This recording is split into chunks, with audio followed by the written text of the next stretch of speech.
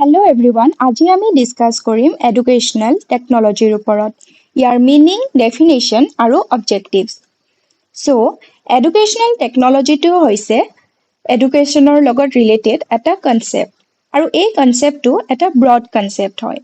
যেহেতু educational technology টাৰ্মটোত দুটা word জড়িত হৈ আছে, এডুকেশনাল আৰু টেকনলজি, সেয়ে হয়তো বহুতো ষ্টুডেণ্টছে ভুল বুজিব পাৰে যে কেৱল মাথো টেকনলজি ইউজৰ কথাই এডুকেশনৰ ক্ষেত্ৰত কোৱা হৈছে। কিন্তু এডুকেশনাল টেকনলজি কেৱল মাথো মেচিনছ, ডিজিটেল টুলছ বা টেকনলজি শিক্ষাৰ ক্ষেত্ৰত ইউজতে সীমাবদ্ধ নহয়। এডুকেশনাল টেকনলজিয়ে চিষ্টেমেটিক আৰু সাইণ্টিফিকভাৱে knowledge, teaching methods, strategies, skills এই সকলোবোৰ ব্যৱহাৰ কৰি আমাৰ টিচিং লাৰ্নিং প্ৰচেছটো more effective আৰু efficient কৰাটোকে বুজায়। So, we can say that educational technology is a combination of both technological tools and human skills. অৰ্থাৎ এডুকেশনাল টেকনলজি বুলি ক'লে আমি কেৱল মাথো টেকনলজিক্যাল টুলছৰ কথাই নুবুজো বা কেৱল মাথো হিউমেন স্কিলছৰ কথাই নুবুজো। ইয়াত দুয়োটাৰ একেলগে কম্বিনেশ্যন হয় বা দুয়োটা একেলগে এডুকেশনাল টেকনলজি এক্সিষ্ট কৰে। এতিয়া আমি এডুকেশনাল টেকনলজিৰ কিছুমান ডেফিনেশ্যন আলোচনা কৰোঁ। According to Finn, educational technology is a process, an attitude, a way of thinking about certain classes of problems.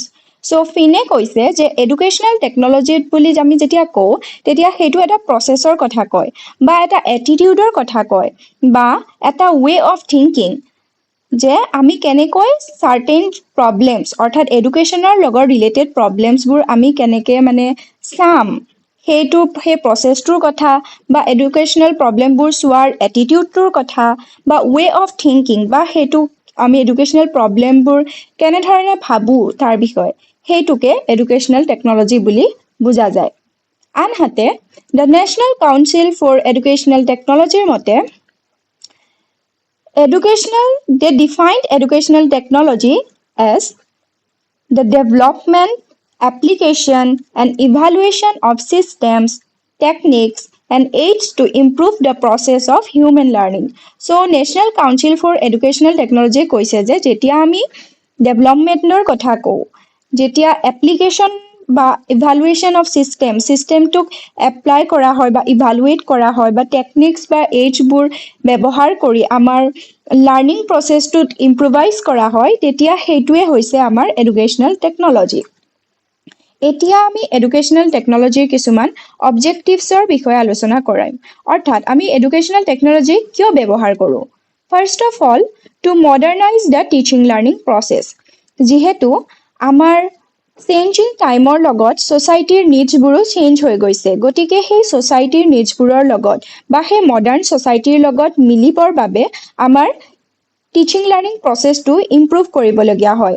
For example, আমি এতিয়া কেৱল ট্ৰেডিশ্যনেল মেথড যোনবোৰ আমাৰ টিচিং লাৰ্নিং প্ৰচেছত আছিল, যে ক্লাছৰুমত আহি অফলাইন ৱেত যিটো পঢ়োৱা হয়, আমি কেৱল সেইটো কৰি পেলাই আমি এতিয়াৰ আমাৰ চেঞ্জিং নিডছ অফ ছ'চাইটি সেই নিডছবোৰ আমি ফুলফিল কৰিব নোৱাৰোঁ। চ' আমাৰ টিচাৰ্ছসকলে বা আমাৰ এডুকেশ্যন প্ৰচেছটোত আমি অনলাইন লাৰ্নিং মেথডছবোৰ ইউজ কৰিছোঁ। ফৰ এক্সাম্পল, আমি জুম ক্লাছৰুম ইউজ কৰোঁ অথবা ডাউট ক্লিয়াৰৰ বাবে এনেধৰণৰ অনলাইন ক্লাছেছ লোৱা হয় বা ডিজিটেল যোনবোৰ মেচিনছ বা ডিজিটেল যোনবোৰ টুলছ আছে লাইক স্মাৰ্ট বৰ্ডছ বা কম্পিউটাৰ্ছ, সেইবোৰ ব্যৱহাৰ কৰি ষ্টুডেণ্টছৰ বাবে বস্তুবোৰ লাৰ্নিং প্ৰচেছটো মোৰ ইণ্টাৰেষ্টিং আৰু মোৰ ইণ্টাৰেক্টিভ কৰি তোলা হৈছে, যাতে আমি চেঞ্জিং ছ'চাইটিৰ লগত টিচিং লাৰ্নিং প্ৰচেছটো ইম্প্ৰুভ কৰিব পাৰোঁ।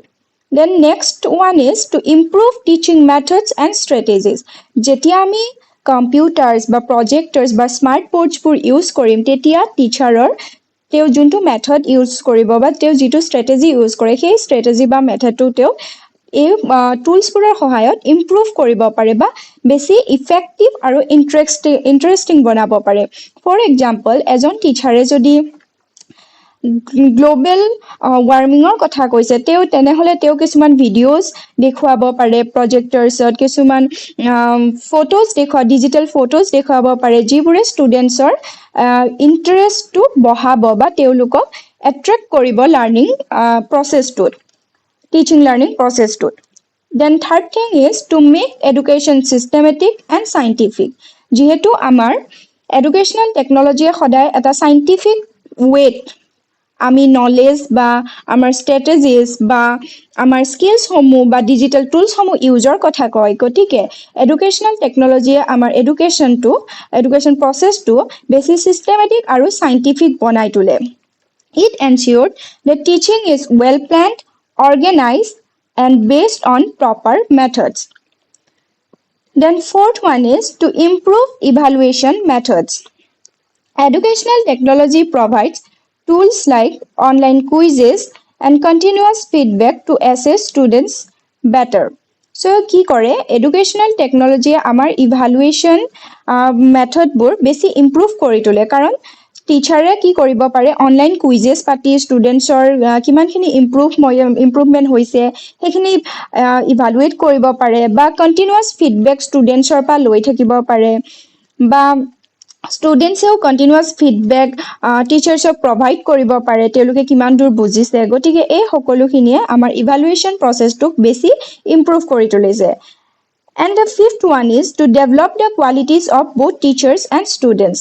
So, যেতিয়া আমাৰ educational technology আমি ইউজ কৰোঁ শিক্ষাৰ ক্ষেত্ৰত বা এডুকেশ্যনৰ ক্ষেত্ৰত তেতিয়া আমাৰ কিছুমান পজিটিভ বা ডিজায়াৰেবল চেঞ্জেছ যিখিনি আমি ষ্টুডেণ্টছ আৰু টিচাৰ্ছৰ মাজত অনাটো জৰুৰী বা দৰকাৰ সেই চেঞ্জেছখিনি আমাৰ টিচাৰ্ছ আৰু ষ্টুডেণ্টছৰ মাজত আহে আৰু ইয়ে আমাৰ both টিচাৰ্ছ আৰু ষ্টুডেণ্টছৰ কোৱালিটিজ ডেভেলপ কৰে Thank you so much. এইখিনি আছিল আজিৰ টপিক